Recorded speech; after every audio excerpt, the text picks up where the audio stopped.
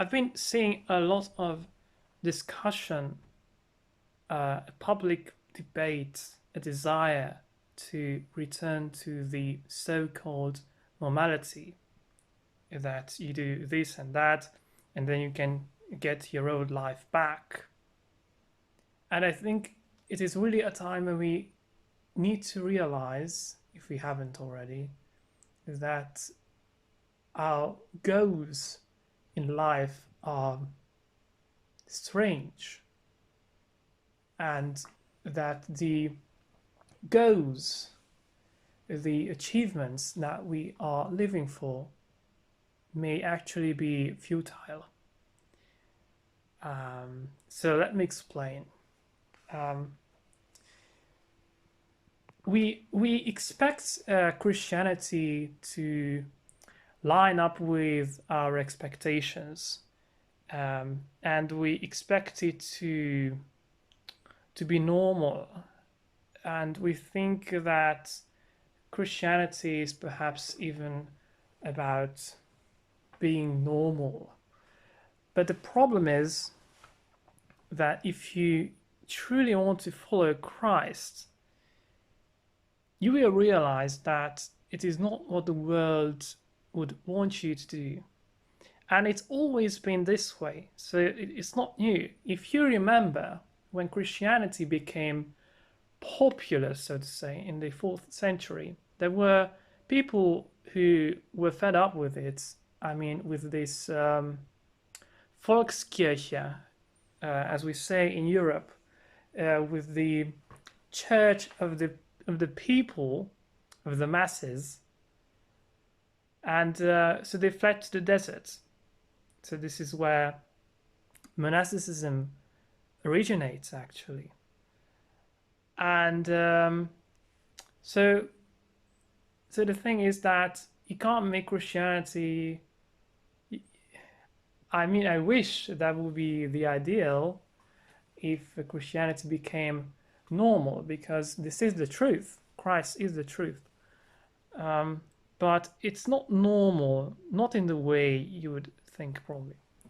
And if you truly want to become a committed Christian, you are bound to suffer some kind of repercussions. And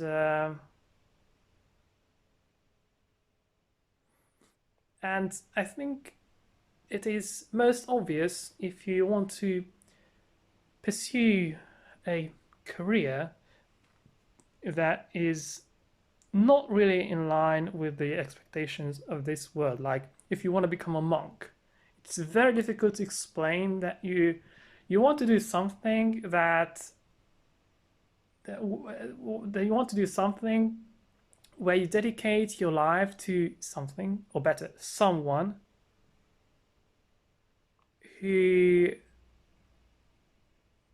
people think doesn't even exist. So you are dedicating your life to a non-existent thing, person, cause, and it is of course useless for most people.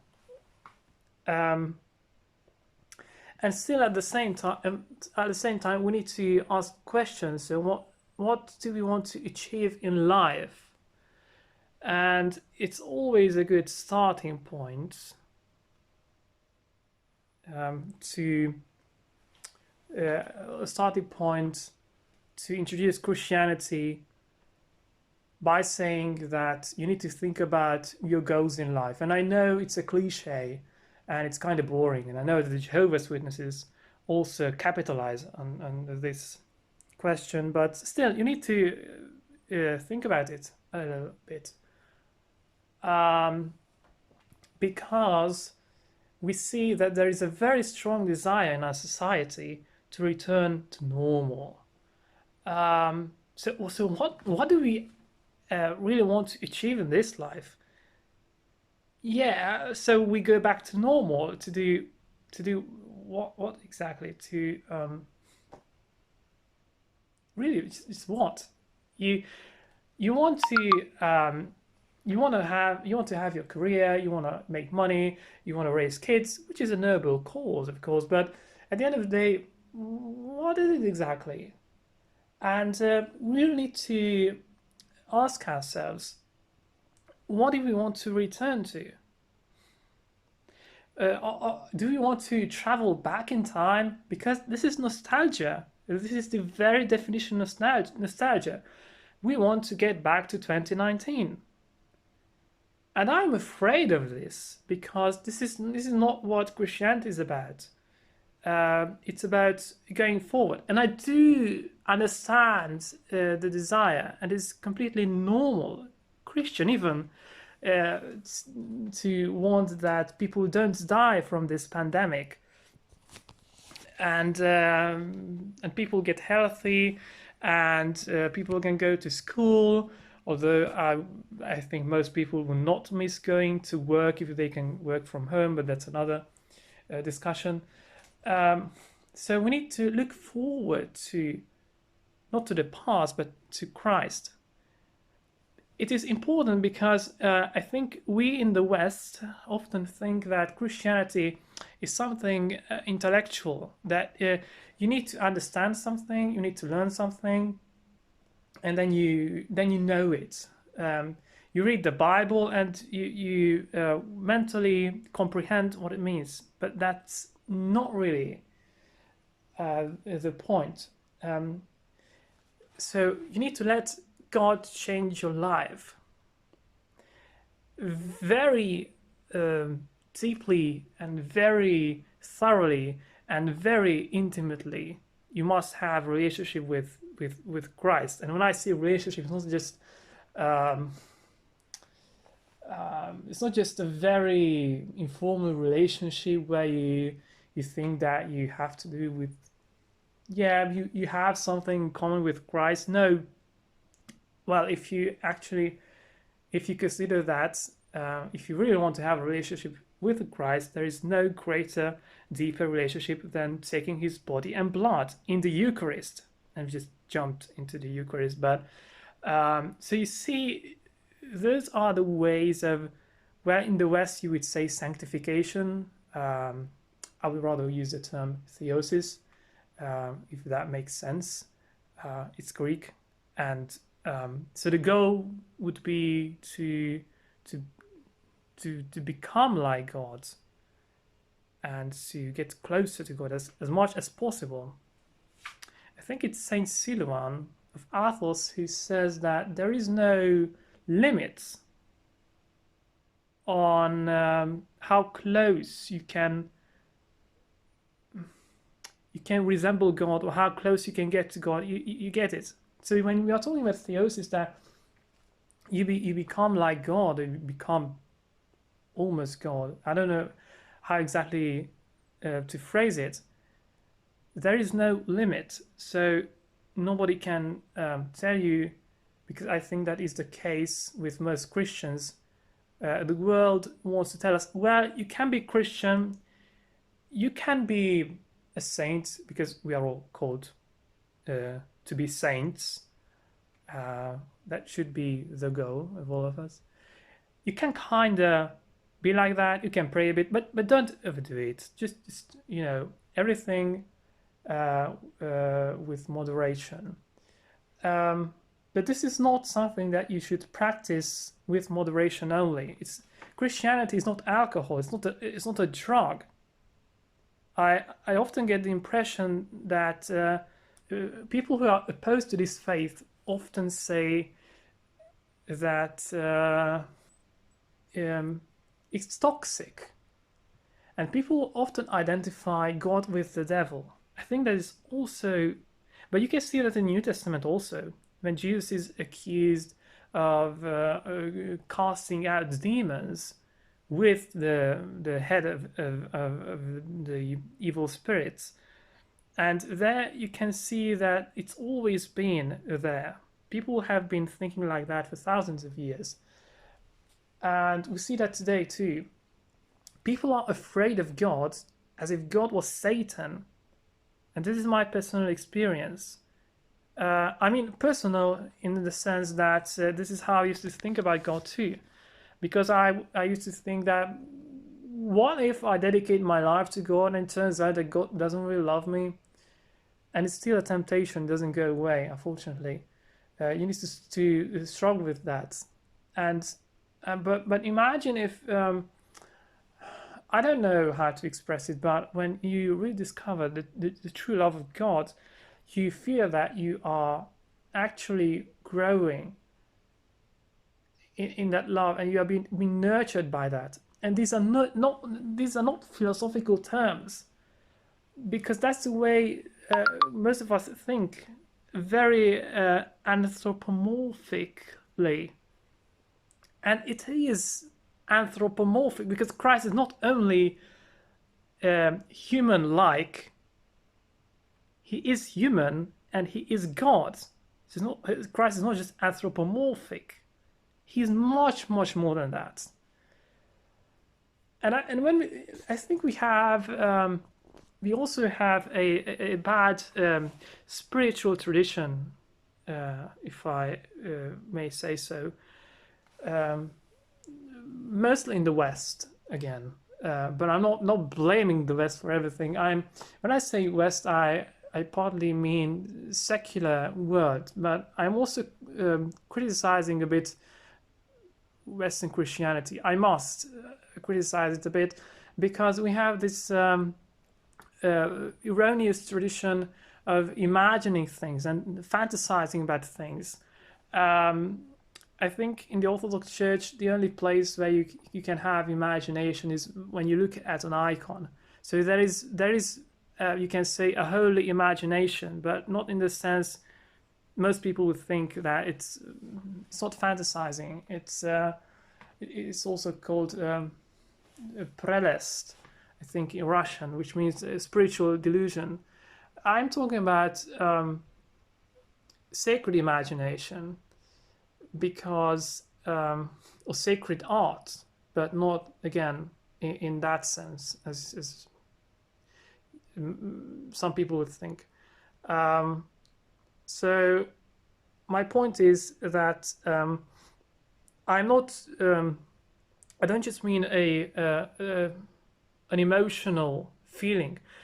I've seen a video made by an atheist on YouTube, and he said that he also did experience God because he kind of had the impression at a certain point in his life when he was playing the guitar and there was a melody in his head and he was singing to God, and he felt as if God was present. And I think it's very typical that we think that we must have an emotional experience. No, it must not depend on your feelings, because if something depends only on your feelings, then that thing or that person doesn't actually exist. Is it just a feeling that your mother and father exist?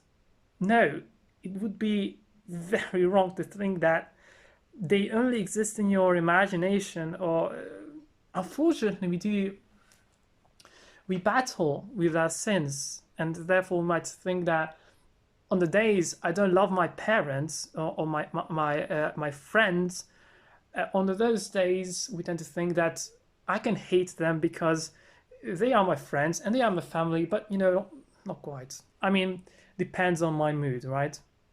But this is not the case with God. And so this is why it's difficult to talk about God to people who don't believe in God. Well, but nobody fully believes in God. Nobody can fully trust God, because then we wouldn't be sinners.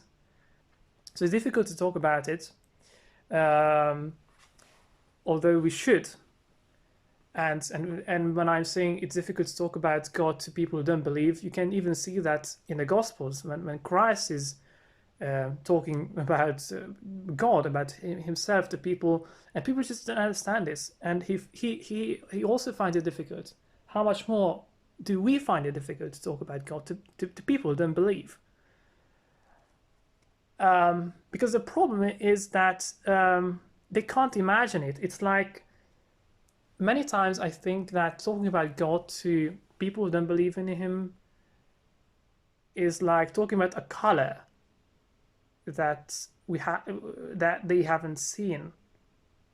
So you see the point. It's because we know, for example, there is ultraviolet light, but I can't imagine it. When I hear violet, I imagine like purple, violet, but I can't imagine ultraviolet. That is, I can't.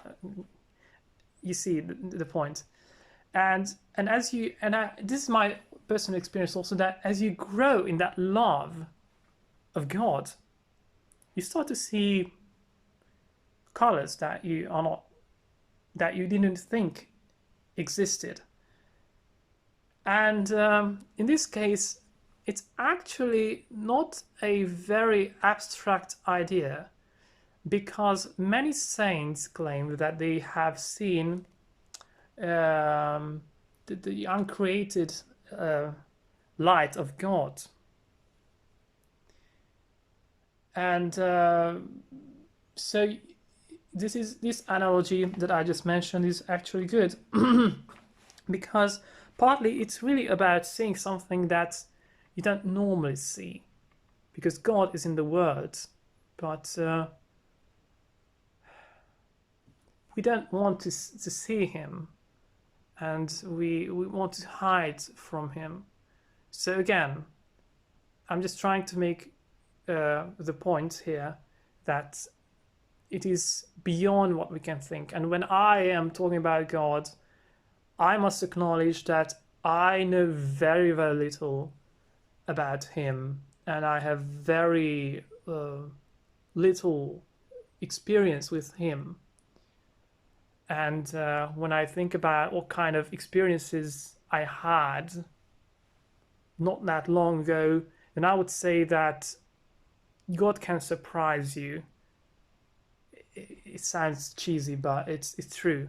It's above your expectations, but not in the sense, again, as some people think that there are the prosperity preachers who say that God can give you more money than you can imagine, because not in those ways. Sometimes, many times, if not most of the time, you need to be, you always need to be humbled to be elevated. You see this with Christ, and now we get to Holy Week, that Christ dies, that utter humiliation when God dies. You see that in this story. It's not just a story, it is much more than just that. And he's raised from the dead, so you need to go down in order to go up. So if you want to be a Christian, you must descend in order to ascend. And you need to suffer too. And those sufferings will come. For example, if you truly want to live a Christian life, you will be surprised that most of what you think Christianity is, you will see that is not actually that, or just a very diluted version of it, inauthentic. I would say very few people in this country truly believe in God, and I think even I would be surprised how small the number is. But I'm not trying to be pessimistic, I'm just trying to be realistic here, because there's a danger that so many people call themselves Christians and they don't live as they should, including myself. This is why we need to look to Christ, who's perfect. Because if you want to find flaws in people, you will find them. And I could find in myself a lot too. But you need to look to Christ, really. But you can see Christ in other people too. That should be our goal. That we become living testimonies to God. That we testify to the faith that we have in Jesus Christ.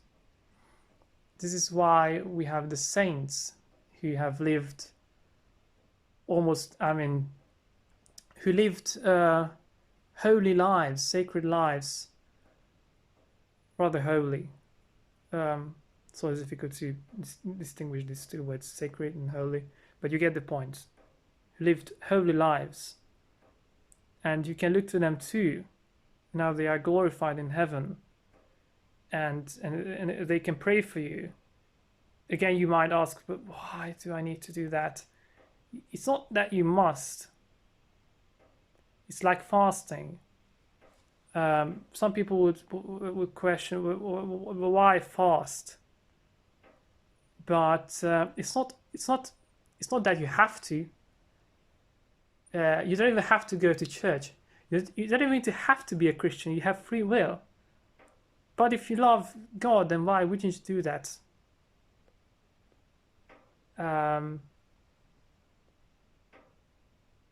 And I also need to learn a lot in this respect.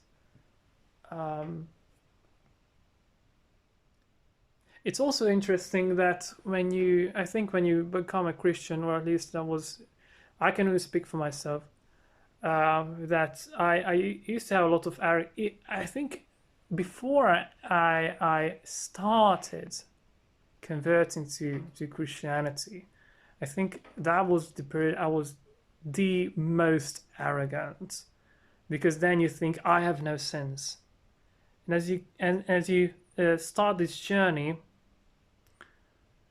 with Jesus, you see that, oh no, actually I do have sins, and then you see more and more sins, and you would think that a monk, for example, does not pray for mercy, for the forgiveness of his sins by God. But that is exactly what monks do. The people you would not expect, because as you pray, you see your sins more and more and more. But I'm not trying to imply that Christianity is only for monks. Of course not, far be it. But we all have this calling, and our goal in life should not be that I want to be this and that, and then I can be saved. But what is most, these are all tools, if you like. The goal is to get to Christ. I'm also not saying that, yeah, whatever floats your boat, as you say in English, but so you get it. So that was my message, my rant, my thoughts on this.